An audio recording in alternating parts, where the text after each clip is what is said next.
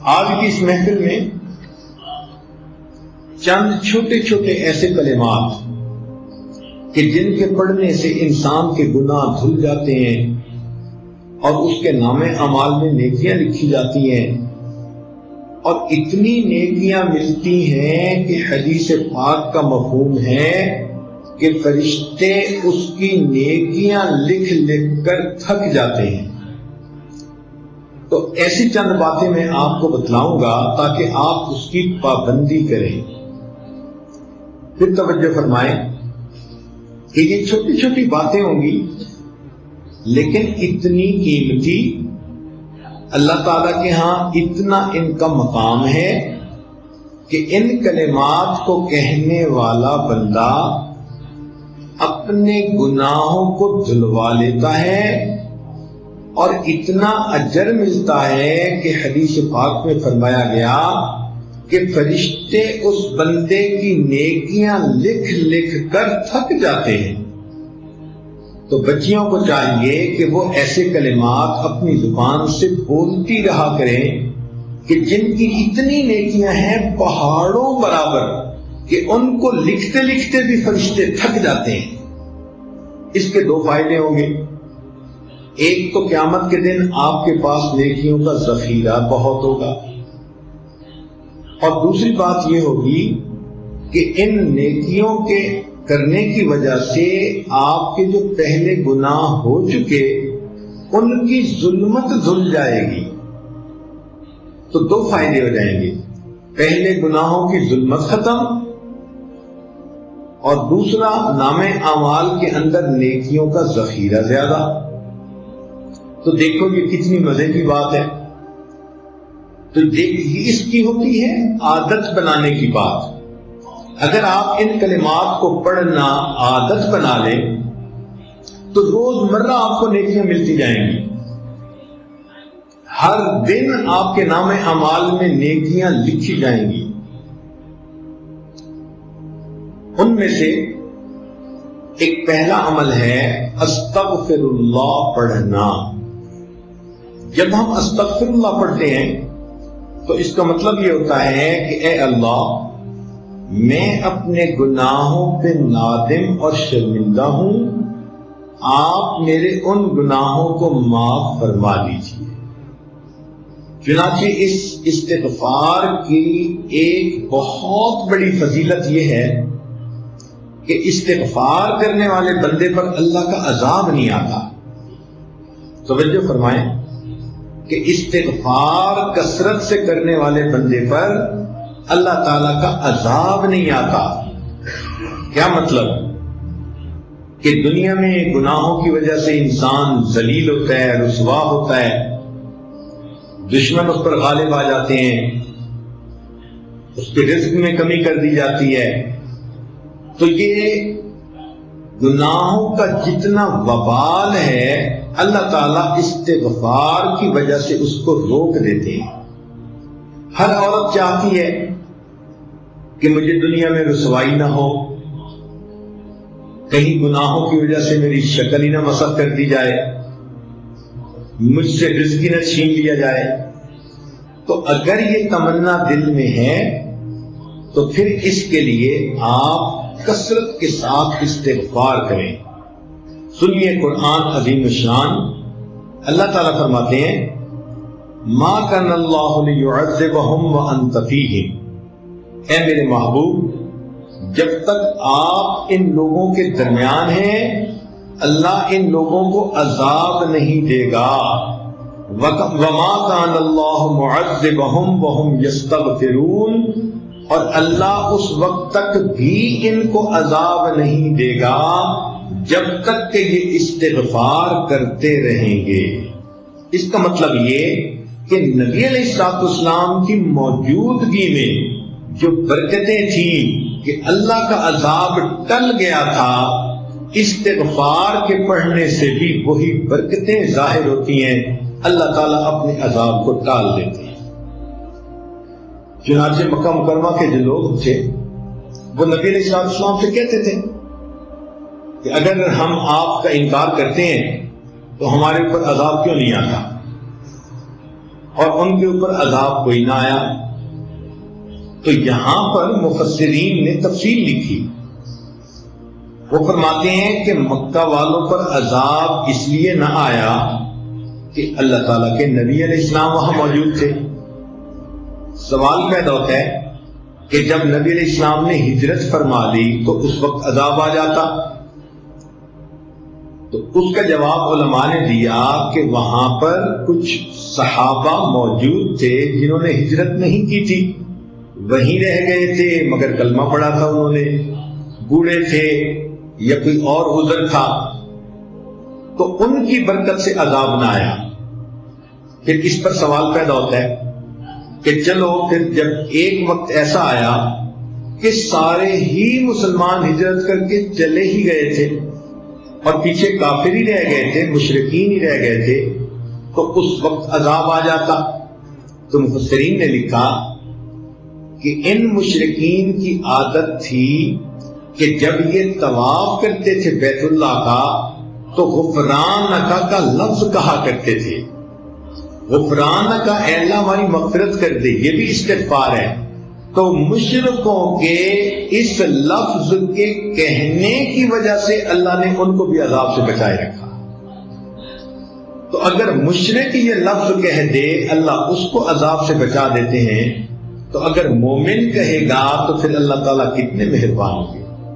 لہذا آپ استغفار کی کثرت کریں، دن میں 100 مرتبہ صبح اور شام تو کم سے کم درجہ ہے، زیادہ پڑھنا چاہیں تو زیادہ بھی پڑھ سکتی ہیں، کام کاج کے دوران بھی استغفر اللہ استغفر اللہ استغفر اللہ اپنی زبان پہ رکھ سکتی ہیں۔ جتنا استغفار زیادہ کریں گی 2 فائدے ہوں گے، ایک تو گناہ دھل جائیں گے اور دوسرا اس کی وجہ سے اللہ تعالیٰ کا غضب ہٹ جائے گا، اللہ کا عذاب ٹل جائے گا۔ اب آپ تھوڑی دیر کے لیے بیٹھ کے سوچیں نا کہ اگر ہمارے اوپر اللہ تعالیٰ کا عذاب آ جائے تو ہم تو کسی کو شکل دکھانے کے قابل نہ رہیں۔ آج جو جی رہے ہیں تو یہ اللہ رب العزت کی صفت ستاری کے صدقے جی رہے ہیں، اس لیے ہمارے اوپر استغفار کرنا بڑا ضروری۔ ویسے قرآن مجید میں فرمایا گیا کہ جو لوگ کثرت سے استغفار کرتے ہیں تو ان کو 5 فائدے ملتے ہیں۔ ایک فائدہ تو یہ انہ کان غفارا، کہ ان بندوں کے جو استغفار کرتے ہیں ان کی مغفرت کر دی جاتی ہے۔ دوسرا فائدہ کہ جہاں پر استغفار کثرت سے ہوتا ہے اللہ تعالیٰ بارشیں برساتا ہے، ان کو قحط سالی سے بچا لیتا ہے۔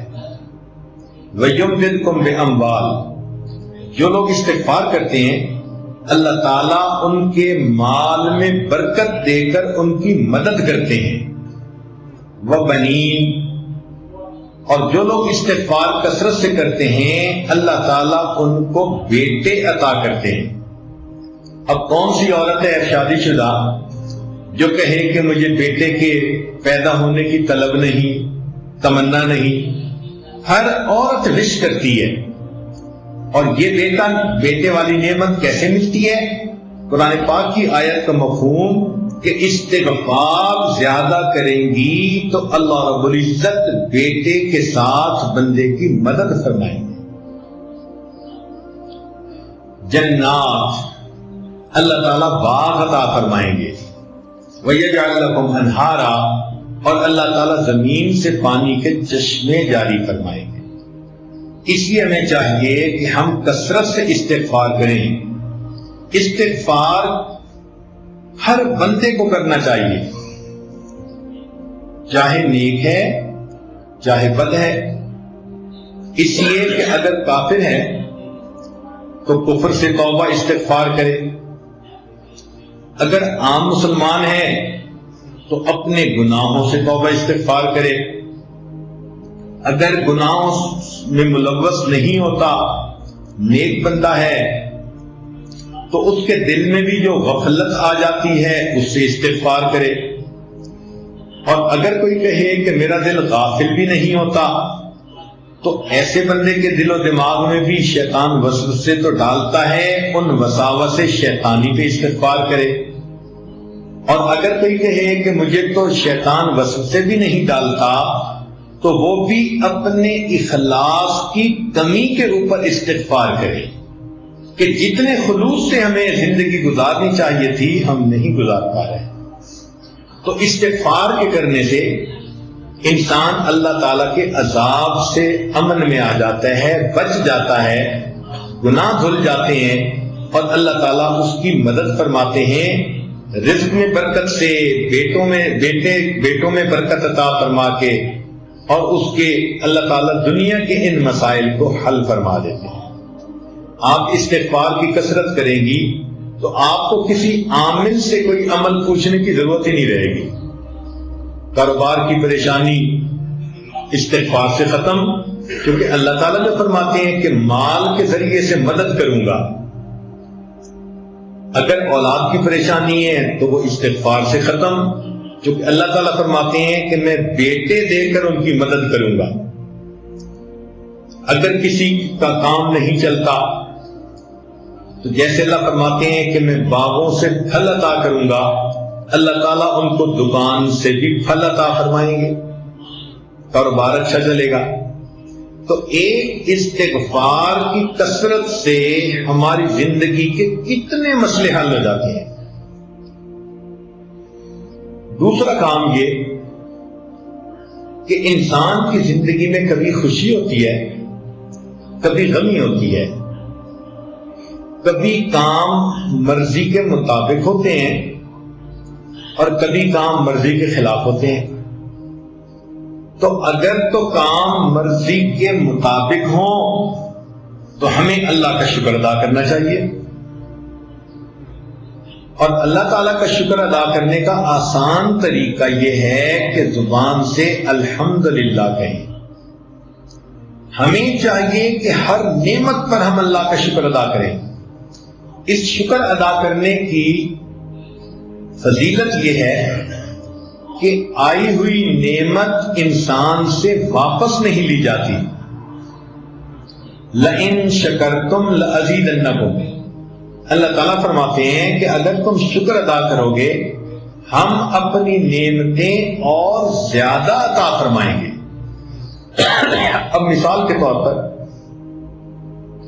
کتنے کام ہماری مرضی کے مطابق ہوتے ہیں، تو جب بھی کوئی کام مرضی کے مطابق ہو تو چپکے اپنے دل میں اللہ کا شکر ادا کر دو، اپنی زبان سے الحمدللہ پڑھ لو۔ جب آپ نے کسی کام پہ الحمدللہ پڑھ لیا تو گویا آپ نے اللہ تعالیٰ کا شکر ادا کر دیا۔ مثال کے طور پر اللہ تعالیٰ نے ہمیں ایمان عطا فرمایا، اس کا خیال آئے تو کہو الحمدللہ۔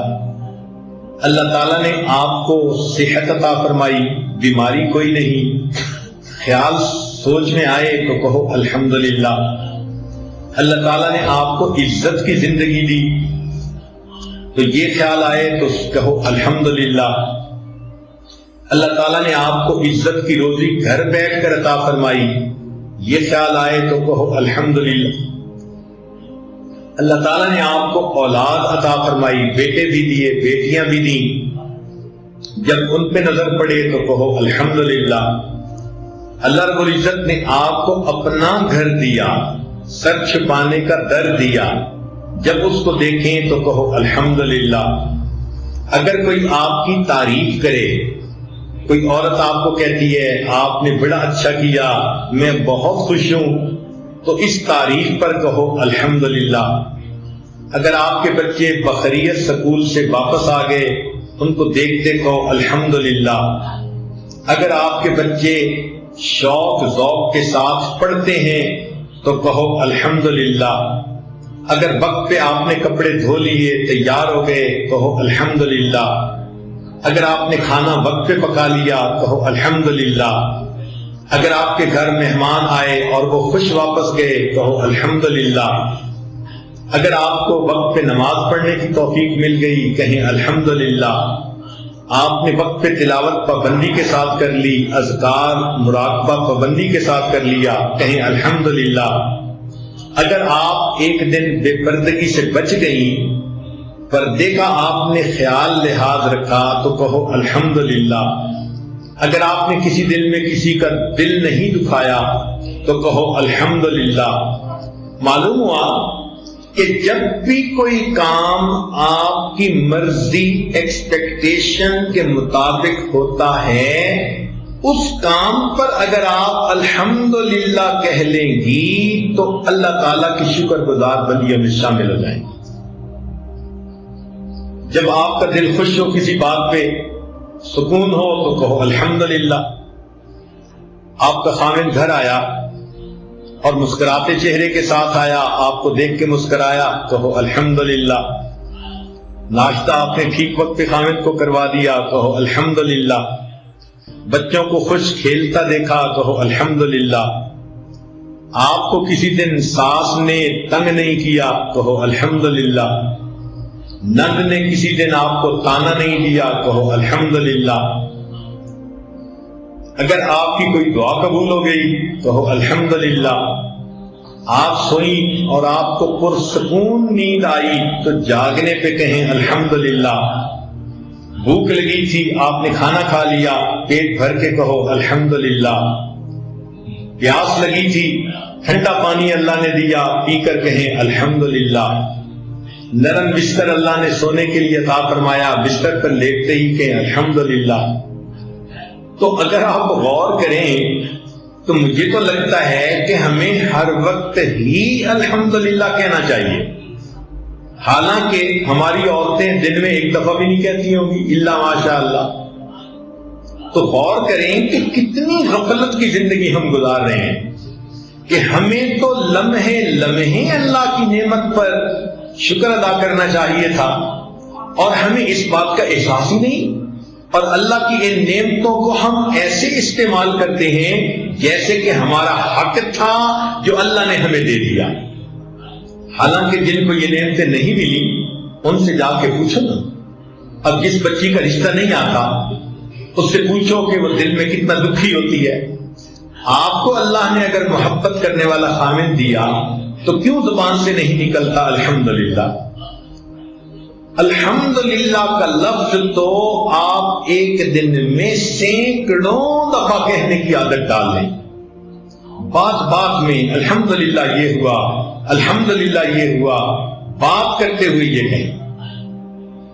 تو شکر ادا کرنے سے